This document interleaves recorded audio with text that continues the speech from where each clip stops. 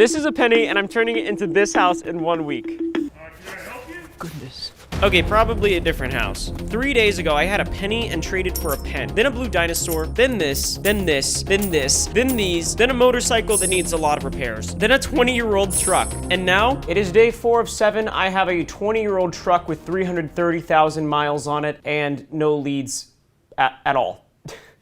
I spent most of day 4 on my computer and making phone calls.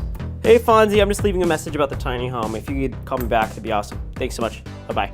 It's definitely a work truck for sure. It's, you know, it runs. Yeah, I'm just on a bit of a timeline, so it's got over 330,000 miles. But I basically can't tell. Yeah. Hello? I have approximately 72 hours remaining to turn this truck I'm driving into a house. And I've got a trade idea. Maybe Judy's husband will want to trade his boat now? On day 1, I was walking to Judy's garage sale with a pair of gas station earbuds. Now I'm driving there with a truck. If you didn't watch episode 1, we traded for this nice woman named Judy's vintage Polaroid, and you probably know by now that we love Judy. Well, so does a man named Gerald, who's her husband. And on day 1 of our challenge, Gerald showed us this boat he's trying to get rid of. And obviously we didn't have anything to trade him, but now we do. Howdy, Mr. Gerald. Hey. Hey, you ready to look at the boat? Yeah. And then we looked at his 1999 Cobalt. Whoa! That is nice, Gerald. I don't know anything about boats, but I was impressed. I hope he likes our truck offer. You okay closing your eyes? 3, 2, 1. I already have a Tundra. Oh, you have a Tundra? That's mine over there. Oh, that's a newer one. Yeah, I've got a Tundra. Gerald may not be interested in our used car, but now I know someone who would. A used car dealership. I'm here with Eric, and he's our CarMax rep. He's gonna help us try to find a trade-in. This is our truck. Okay. So what do you think we could maybe get for that? So equivalent cars might be a little bit tough for just the truck. My dad always taught me 2 things: to believe in myself and to never trust a used car salesman. So I found a car that I liked myself and then asked Eric if he would do the trade. After talking to his manager for a while, I needed answers. So do you think there's gonna be anything that we can do? Absolutely not. That was my plan B, and it failed. I only have one more idea, and that's standing outside one of my favorite barbecue places and explicitly asking truck owners to make a trade on the spot. All right. Hey, nice guy, nice guy. I spent an hour here and no one with a truck even pulled up. That's when an employee kicked me out. You good? What are you even doing, bro? One thing's for sure. I'd have to be an idiot to eat at this barbecue place ever again.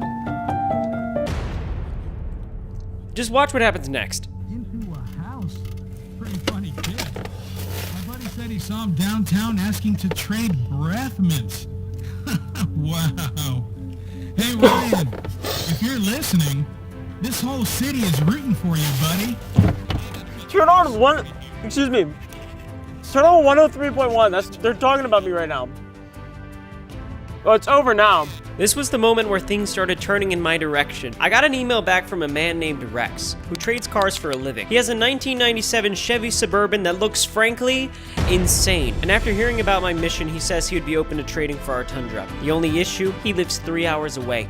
But this truck has driven a lot more than that, so screw it. This thing might break down, but we've got a chance of a lifetime. And 3 hours of sketchy driving later, I found myself in the presence of greatness. I learned how to drive in a 1997 Suburban, but it was not like that. We don't know where he is. We don't know where the guy is. After a few minutes of waiting, I greeted Rex like a side character in an animated Pixar movie.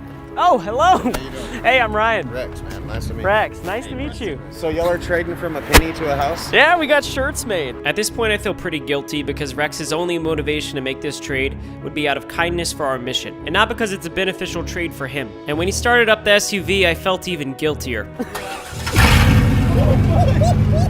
Oh my God.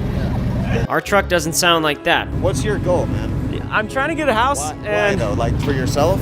That's when I told him I make YouTube videos and it's for one of my subscribers, Hannah. But more on her later. Yeah. Dude, Oh. rock on. This fist bump meant a lot to me. Throughout this journey, I've met a lot of cool people who are rooting for me. But Rex is giving up something he really values to bring us one step closer to that house. And that's exactly what this handshake represents.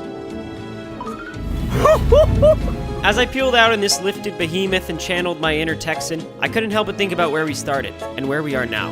And at this point, there's really just one thing on my mind. I feel like a man for the first time in my life.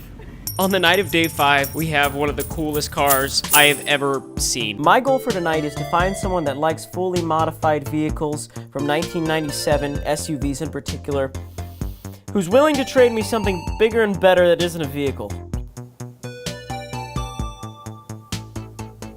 Okay, obviously I went to sleep, but you can't lie. That was a cool transition.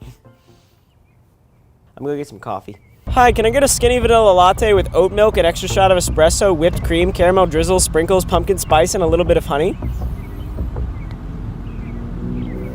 Hello? The Starbucks employees were shocked to see my sexy truck after hearing my order. I did spend a lot of last night online looking for potential trades in this area. By the grace of God, I was able to get in touch with a man named Fonzie. He's a local builder who makes tiny homes and sheds and stuff, and he's interested in our SUV. Nice to meet you, man. How you doing? Got some cream and sugar in there? Yeah, that's the way it goes. McDonald's. Yeah, okay. Our business negotiation wasn't really going anywhere, so I decided to let Fonzie take it for a spin. Fonzie insisted on drinking his coffee even though the vehicle was shaking rigorously. I was really nervous that he wouldn't want the SUV because I have no other leads, especially when he started kicking the tires and other random stuff. But we drove to the shed that he has for sale, and at this point, this is the closest we've ever been to an actual house. So here goes nothing. Oh my gosh. Fonzie's gonna show us this bad boy. You're still sipping on that coffee. No way! Oh my gosh, dude. Fonzie's place has the following features, as well as a dining area, a living area, but most of all, 4 walls, a roof, and paint. So, do you like the truck? You like the SUV? Yeah. Yeah? It's a mud toy. Dude, this is really, really cool. I'm like getting emotional right now. Speaking of emotional, this is the last day we're able to keep one of my subscribers, Hannah, trapped in this Airbnb we got. You see, Hannah's a small business owner in Austin where I live, and if we're able to trade up to a real house, she's the lucky subscriber to get it, which is why I'm trying so hard to make this happen. Yeah, I'm debating whether to keep it. Really? While I was nervously biting my nails, Hannah was sharing her apartment situation. My office is literally the dining room table and his is the couch. It's crazy you can start a business from your couch nowadays. Fonzie's talking to his friend on the phone and showing him the SUV, and I can only hope that's a good thing. Over the last week, we've distracted Hannah by having her set up an e-commerce store with our sponsor Shopify. But the crazy thing is, in 6 days, Hannah has set up her website, made several sales, and shipped out products with Shopify. Meanwhile, Fonzie is doing this. Somehow I got talked into getting into the Suburban and going mudding. I was horrified, but it was pretty fun. And as my friend Preston, who was supposed to be a Shopify expert, was laughing on the couch, Hannah said this to our filming crew. Yeah, I've always known he hasn't worked for Shopify. Well, that's awkward. I guess you don't need a Preston to figure this stuff out. If you want to sign up, use my link, shopify.com/Ryan Trahan. And as Hannah said goodbye to Preston for the last time, I said goodbye to Rex's Suburban and traded for Fonzie's tiny home. And that's when Fonzie showed me something even crazier. Yeah, this is my next build. Okay. I'm finishing it out.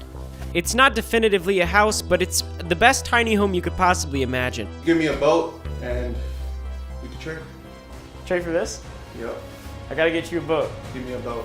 And just like that, I found myself back where I started. But now, I only have 24 hours. Hey Gerald, sorry to call so late.